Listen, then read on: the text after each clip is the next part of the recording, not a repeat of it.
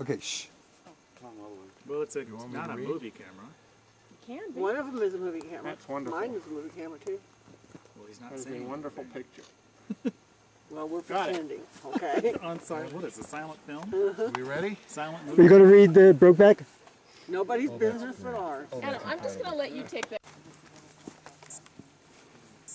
Ms. Jess wrote, Dawn. The young man woke in darkness. His head felt loggy. How long had he slept? Odd dreams. He raised up and pulled back the tent flap.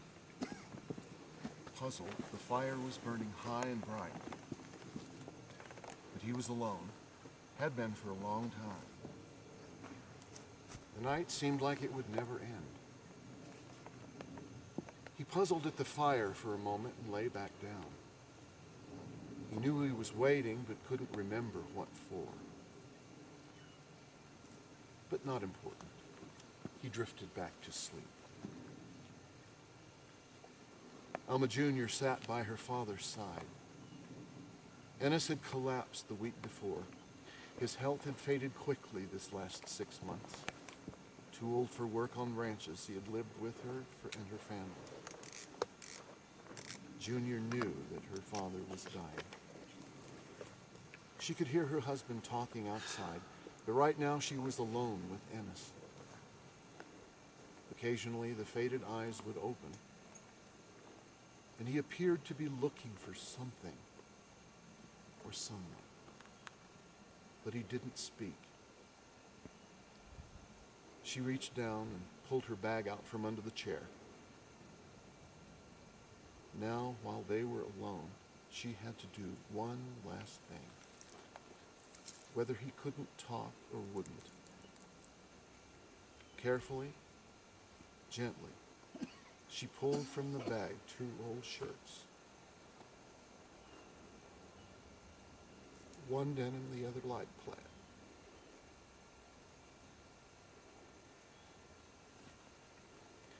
One enfolded in the other.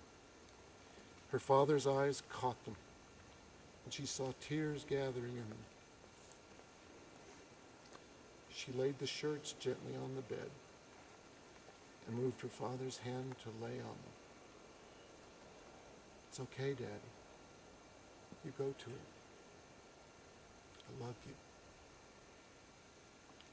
She leaned over and kissed his forehead. A single tear trailed down.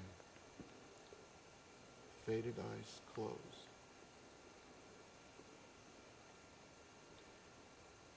The young man woke with a start, more odd dreams. But something told him it was time.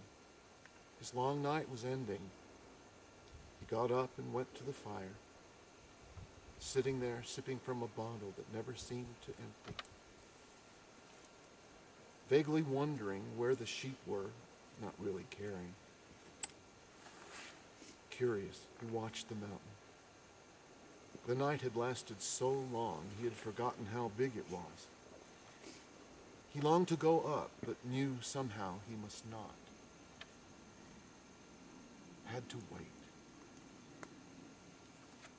Restless, he looked back down the trail, waiting. The sky lightened more. Golden light hitting the tops first and filtering down. He heard his buckskin whinny and saw, coming through the trees, a curly-haired man on a bay mare.